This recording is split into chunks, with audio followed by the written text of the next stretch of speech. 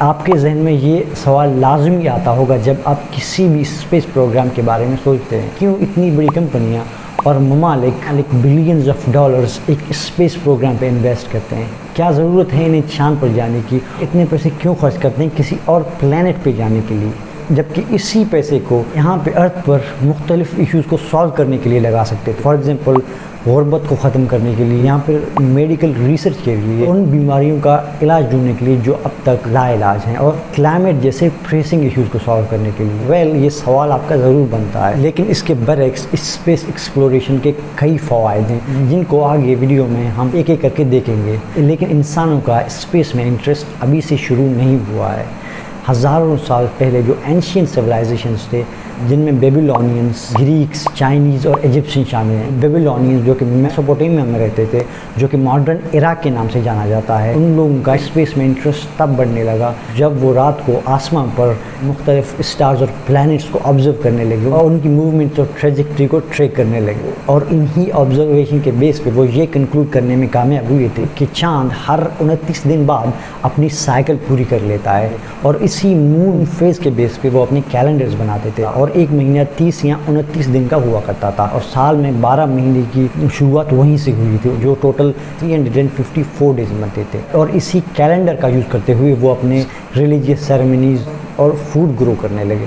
اسی طرح ایجپشین بھی اسی چیز کا یوز کرتے تھے، اور انہیں بھی اسپیس ایکسپلوریشن کا کافی شوق تھا۔ وہاں کے لوگ نائل ریور کی فلڈنگ سے بہت تنگ آ چکے تھے، اور بعد میں وہ ایک اسٹار جسے ڈاگ اسٹار کا نام دیا جاتا تھا، اور جب یہ اسٹار اپیئر ہو جاتا تھا تو انہیں آئیڈیا ہو جاتا تھا کہ اب فلڈنگ کا سیزن شروع ہونے والا ہے، اور اسی طرح سیزن کے حساب سے وہ اپنے فصل اگانے لگے، اور انہی اسٹارز اور پلانٹس کی موومنٹ کے ذریعے وہ اپنی جرنیز وغیرہ کی پلاننگ کیا کرتے تھے۔ چائنیز کو بھی اس چیز میں کافی انٹرسٹ ہونے لگا تھا، اور گریک فلاسفر جن میں ٹالمی اور ایرسٹوٹل تھے، وہ بھی بیبیلونینز کے آبزرویشن سے کافی متاثر ہوئے تھے، اور انہی آبزرویشنز کو جاری رکھتے ہوئے ایرسٹوٹل نے یہ کنکلوڈ کر دیا تھا کہ زمین پورے یونیورس کا سینٹر ہے، اور باقی جتنی بھی پلانٹس وغیرہ ہیں وہ زمین کے ارد گرد گھومتے ہیں، اور وہ ایکلپسس یعنی کہ چاند گرہن کو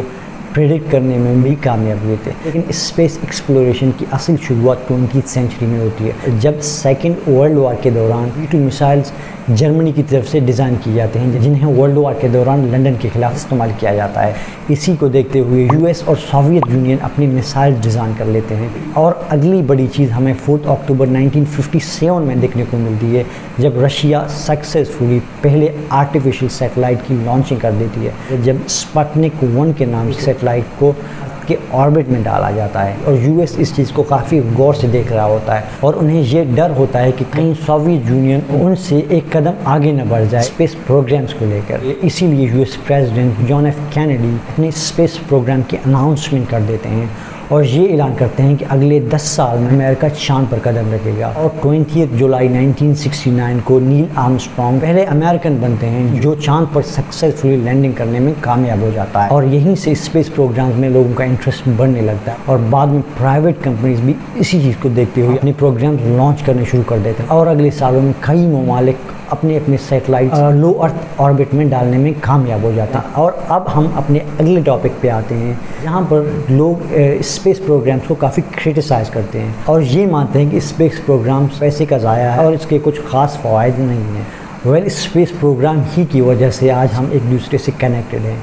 اسپیس پروگرامز کی ہی وجہ سے ہمیں سیٹلائٹس ملے، جس سے نہ صرف ہم ایک دوسرے سے کمیونیکیٹ کر سکتے ہیں بلکہ ویدر فورکاسٹنگ میں بھی ہم سیٹلائٹس کا ہی یوز کرتے ہیں۔ کسی بھی ڈیزاسٹر کو پریڈکٹ کرنے کے لیے بھی ہم سیٹلائٹس کا یوز کرتے ہیں۔ فار ایگزامپل اگر کوئی فلڈ یا طوفان آ رہا ہو تو سیٹلائٹ کے ذریعے ان چیزوں کا آرام سے پتہ لگایا جا سکتا ہے، اور ایک ڈیزاسٹر کو ہونے سے بچایا جا سکتا ہے۔ اور GPS گلوبل پوزیشننگ سسٹم بھی سیٹلائٹ کی ہی وجہ سے آیا۔ آج ہم ایک دوسرے لوکیشن پہ جا سکتے ہیں، یا فوڈ پانڈا سے اپنے لیے فوڈ منگوا سکتے ہیں، یا کوئی بھی رائڈ بک کر سکتے ہیں، یہ بھی سیٹلائٹس کے ہی بدولت ہے۔ اس کے علاوہ سیکیورٹی، سرویلنس اور ملٹری کے لیے بھی سیٹلائٹس کا یوز کیا جاتا ہے۔ جس کیمرے سے یہ میں ویڈیو شوٹنگ کر رہا ہوں، یہ بھی اسپیس پروگرام کی ہی وجہ سے آئے۔ اس کے علاوہ میڈیکل ریسرچ میں بھی اسپیس پروگرامز نے کافی مدد کی ہے۔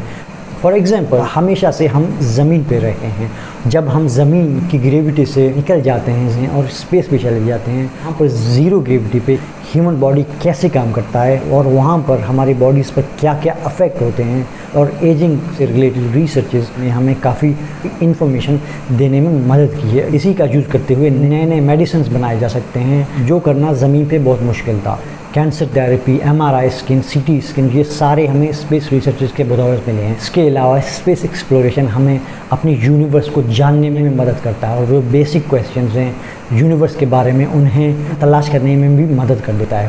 فار ایگزامپل 90s میں جب ہبل ٹیلیسکوپ لانچ کیا گیا تھا تو ہمیں یہ پتہ چلا کہ ہماری گیلیکسی صرف یہ یونیورس نہیں ہے، بلکہ یہاں پر بلینز آف یونیورسز ہیں جن کے بارے میں ہمیں پتہ نہیں تھا۔ بلیک ہولز، ورم ہولز اور مختلف ایگزو پلینٹس، یعنی کہ وہ پلینٹس جو ہماری یونیورس سے باہر ہیں، ان کا بھی پتہ لگانے میں ہم کامیاب ہوئے ہیں۔ کیا واقعی ایلین لائف ایگزسٹ کرتی ہے، یہ بھی پتہ لگانے میں ہمیں اسپیس پروگرامز کافی مدد کرتے ہیں۔ اور کیا واقعی زمین کے علاوہ کوئی ایسی جگہ ہے جہاں پر ہیومن لائف ایگزسٹ کر سکتا ہے، اس سے بھی ہم اس کا پتہ لگا سکتے ہیں۔ ریسنٹلی ناسا کے روور کی مدد سے ہمیں یہ پتہ چلا ہے کہ مارس پر کبھی لیکس اور سمندر ہوا کرتے تھے، اور شاید وہاں پر پانی وغیرہ کے سیمپلز بھی مل جائیں اور فیوچر میں مارس ایک سسٹینیبل لائف کو سپورٹ کرنے میں مدد دے۔ اور یہی چیزیں ہم سیٹرن کے مون انکلیڈس اور ٹائٹن پر بھی پتہ لگانے میں کامیاب ہو چکے ہیں۔ اور اگر ہم لو ارتھ آربٹ سے آگے جانے میں کامیاب ہو جاتے ہیں، مون یا کسی بھی دوسری پلینٹ پہ ہمیں کئی ریسورسز بھی مل سکتی ہیں جو ہمیں اپنی ٹیکنالوجی کو ایڈوانس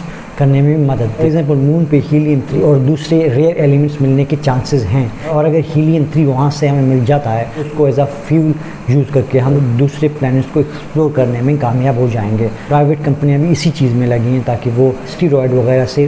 ریسورسز نکال سکیں اور اپنی ٹیکنالوجی کو ایڈوانس کرنے میں کامیاب ہو جائیں۔ سب سے بڑی چیز، اگر کوئی ایسٹیرائڈ زمین کی طرف آ جاتا ہے اور زمین کو ہٹ کر دیتا ہے تو اس سے جو نقصان ہوگا اس کو ہم امیجن بھی نہیں کر سکتے۔ ناسا اسی طرح کے ایک مشن پہ کام کر رہا ہے جسے ڈارٹ کے نام سے جانا جاتا ہے۔ جو ایسٹیرائڈ زمین کی طرف آ رہے ہوں گے وہ انہیں ڈیفلیکٹ کرنے پہ کام کر رہا ہے تاکہ ان کی ٹریجیکٹری کو چینج کرے، اور وہ 2022 میں یہ کرنے میں کامیاب ہوا تھا۔ تو اسپیس ایکسپلوریشن سے ہم آؤٹر فورسز سے اپنی زمین کی حفاظت بھی کر سکتے ہیں، اور ینگر جنریشن اسی سے انسپائر ہو کے ایسٹرو فزکس اور ایسٹرونومی کے سبجیکٹس کو پڑھنے میں انٹرسٹڈ ہوں گے۔